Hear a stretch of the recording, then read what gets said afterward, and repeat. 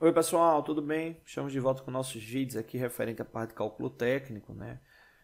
No caso aqui a gente vai estar trabalhando referente a RPM para torneamento convencional e desde já a gente pede aí para vocês se inscreverem no canal, curtirem, né? Compartilhar, né? Ativar as notificações é super importante para estar recebendo aí, né, as informações dos vídeos novos, né? A gente lança vídeos aí todos os dias, tá bom? Então vamos lá para essa análise aí referente a RPM do turno.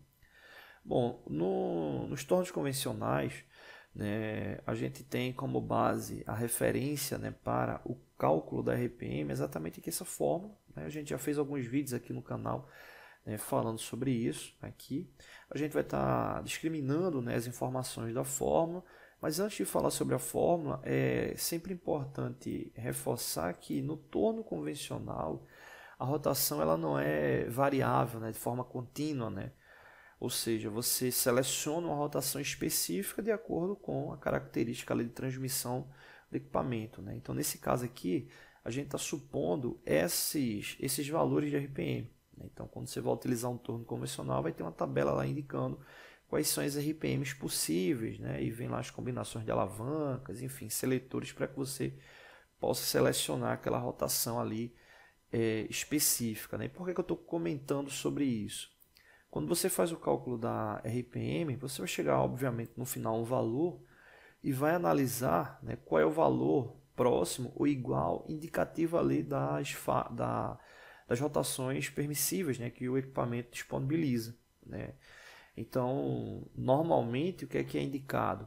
Quando você calcula RPM, vamos supor que a gente calcula RPM e deu 910 RPM, né? Então, se eu for observar aqui na tabela, eu não tenho essa rotação específica, né? Observa que eu tenho aqui 960, que seria maior do que 910, e 850, que é a primeira menor do que 910, né? Então, é muito indicado utilizar a primeira rotação menor, que é exatamente para não forçar referente à velocidade de corte ali indicado do fabricante, né?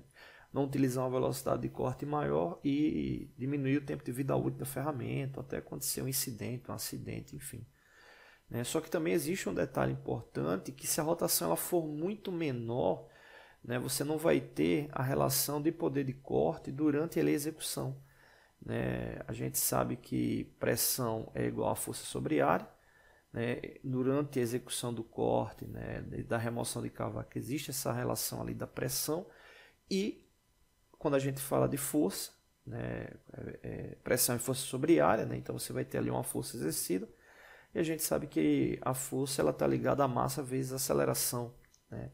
E aí no caso se você tiver uma velocidade de deslocamento, né, nesse caso aí seria a velocidade tangencial menor do que a indicativa, né, você vai acabar tendo um esforço de corte, né, maior do que o necessário e também vai prejudicar ali a ferramenta, né? Então, algumas referências, né, trazem ali uma característica de no mínimo 20%, né, ali da rotação, né? Então, exemplo, vou colocar aqui já um valor direto, né? Então, tipo, você calculou, deu 1000 RPM, né, e não tinha lá 1000 RPM, né, e o menor valor, né, fosse 700 RPM. Veja que tem uma diferença aí de 300 RPM e nesse caso aí ultrapassa em muito, né, os 20%, né, ou seja, você estaria ali 30% a menos da rotação ali indicada, né? Então isso aí também é um problema, né? Então tomaram cuidado aí para não utilizar uma rotação também muito menor do que a indicada, porque vai forçar ali a ferramenta, né? Uma vez o estudante perguntou, né, de poxa, mas se eu utilizar a rotação maior, eu vou ter provavelmente ali um problema de aresta postiça, né? Vai causar vai acontecer, né, a queima ali do inserto, enfim. Mas se tiver uma rotação também menor, vai ser ruim, né? E aí, o que, é que a gente deve fazer? A gente tem que analisar que a máquina, né, ela vai ser utilizada ali na fabricação, mas se esperando atingir ali os parâmetros ideais, né? Então, se você não tem a máquina que está atingindo ali o parâmetro ideal, né, sempre é importante estar analisando ali com a gestão essa característica, porque se você vai ter vai acabar forçando ali o processo, vai diminuir o tempo de vida útil da ferramenta, e isso aí para o custo de execução, né, acaba sendo um problema, né, porque se deve levar em consideração ali na composição do custo do produto final, obviamente ali os insumos, né, e o tempo também, né, consequentemente, se você vai ter mais troca de insumos, né, o setup ele vai ter uma tendência de aumentar, então o tempo ali vai estar aumentando. Os próprios parâmetros de corte também, né, referente ao deslocamento deslocamento linear da máquina, também vai ter uma tendência de ser mais lento, né, então a chance de ter que aumentar o tempo de produção é bem maior, né, então é importante estar ali analisando junto com a gestão ali a melhor saída, né, referente a esses casos. Bom, então tranquilo, aqui a gente tem a indicação da fórmula, né, aqui a gente tem a tabela, né, referente à fórmula, a fórmula para RPM, né, esse VC representa a velocidade de corte, né, que é um dado indicado do fabricante da ferramenta de corte. Esse dado, essa unidade vem em metros por minuto, né? A gente já falou muito sobre velocidade de corte aqui no canal, né? Velocidade tangencial. Então, procura aí na nossa playlist de fabricação mecânica, cálculo técnico, a gente já falou bastante sobre isso. Então, velocidade de corte é um dado indicado pelo fabricante que vem ali em metros por minuto. O π, né, que está aqui embaixo, né, ele serve para converter o diâmetro. Né? Converter o diâmetro em quê? Né? Você tem, no caso aí para o torneamento, é um ciclo de revolução, né? Então normalmente você vai ter essa tendência aí de peças cilíndricas. Então o π é exatamente para converter, né, esse círculo em um elemento linear, né? Então esse objetivo ali do π na fórmula. O d, o diâmetro a ser usinado, né? O diâmetro aqui, o diâmetro em milímetros, né? E o 1000 para converter metros para milímetros, né? Porque a velocidade de corte, a unidade não vem em metros por minuto. Então, se você utilizar o valor em metros por minuto e for dividir pelo diâmetro que está em milímetros, você vai ter um valor bem menor do que ali o indicado, né? Então, no caso, aí você deve converter a velocidade de corte para milímetros, né? E aí, no caso, é só multiplicar por 1000, beleza? Então, vamos supor o seguinte, vamos supor que o diâmetro da peça que você vai usinar tem 50 milímetros e a velocidade de corte indicada pelo fabricante é de 60 metros por minuto. Antes até de falar sobre isso, né, de ir para o cálculo especificamente, pegando essa informação aqui, vamos supor o seguinte, né, você está lá com a peça que vai ser usinada, que ela no final vai ficar com esse formato aqui, então, vai ser esse formato final ali da peça. Aqui a gente tem 3 diâmetros finais, né, aqui no caso supondo a peça cilíndrica, 3 diâmetros finais, só que obviamente antes de chegar a esses diâmetros, né, a peça bruta, ela vai ter ali um diâmetro qualquer que você vai estar executando os movimentos de corte, né, e você obviamente vai ter ali uma série de diâmetros, né, ali para serem usinados e chegar nesse perfil final da peça. E muita gente pergunta, poxa, esse cálculo referente a RPM, né, às vezes não vejo o pessoal utilizando na prática ele, né? Então acaba utilizando mais ali uma noção empírica, né? Mas é importante ficar atento porque o fabricante ele indica esse parâmetro aqui que é a velocidade de corte. Uma coisa é eu estar fabricando uma única peça, né? Ou seja, não é um lote, é uma única peça e eu já tenho experiência ali na execução e estou selecionando obviamente ali valores próximos do que seria o ideal, né? Outra coisa é eu estar usinando 1000, 5000, 10.000 peças, né? E não estar me preocupando com isso, ou seja, eu vou ter um custo muito alto referente ali a os insumos ali de execução, né? Sem contar também a energia elétrica, enfim, tempo ali de processo. Então esse tipo de cálculo ele é importantíssimo para que você tenha aí uma otimização dos recursos, né? E no caso a gente está falando de uma máquina convencional e quando você vai para uma máquina como um CNC, né, uma máquina automatizada, é indispensável esse tipo de cálculo para que o processo ocorra de forma plena, tá bom? Então, supondo aí diâmetro de 50 milímetros e velocidade de corte de 60 metros por minuto, basta substituir os valores ali na fórmula, né? Então veja que 60 metros está aqui, que é a velocidade de corte, 50 milímetros de diâmetro está aqui, então vou ter 60 multiplicado por 1000, 3,14 multiplicado por 50, né? Então 60 multiplicado por 1000 vai dar 60.000, né? 3,14 multiplicado por 50 vai dar aí 57. E aí no caso é só dividir agora 60.000 por 157 e a gente encontra a RPM 382, ou seja, a rotação para ser selecionada seria 382.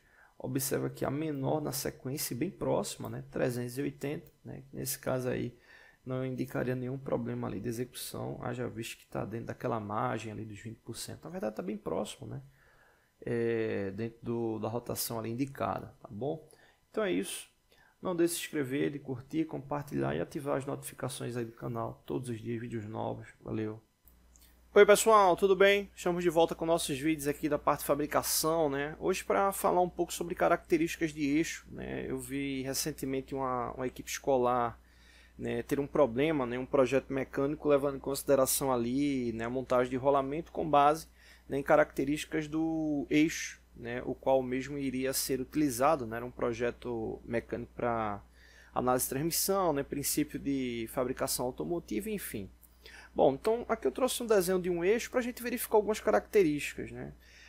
O primeiro ponto, na fabricação de eixos, o qual você vai ter diâmetros diferentes, né? Como aqui a gente tem 3 diâmetros na sequência, né? Um diâmetro menor para um diâmetro maior.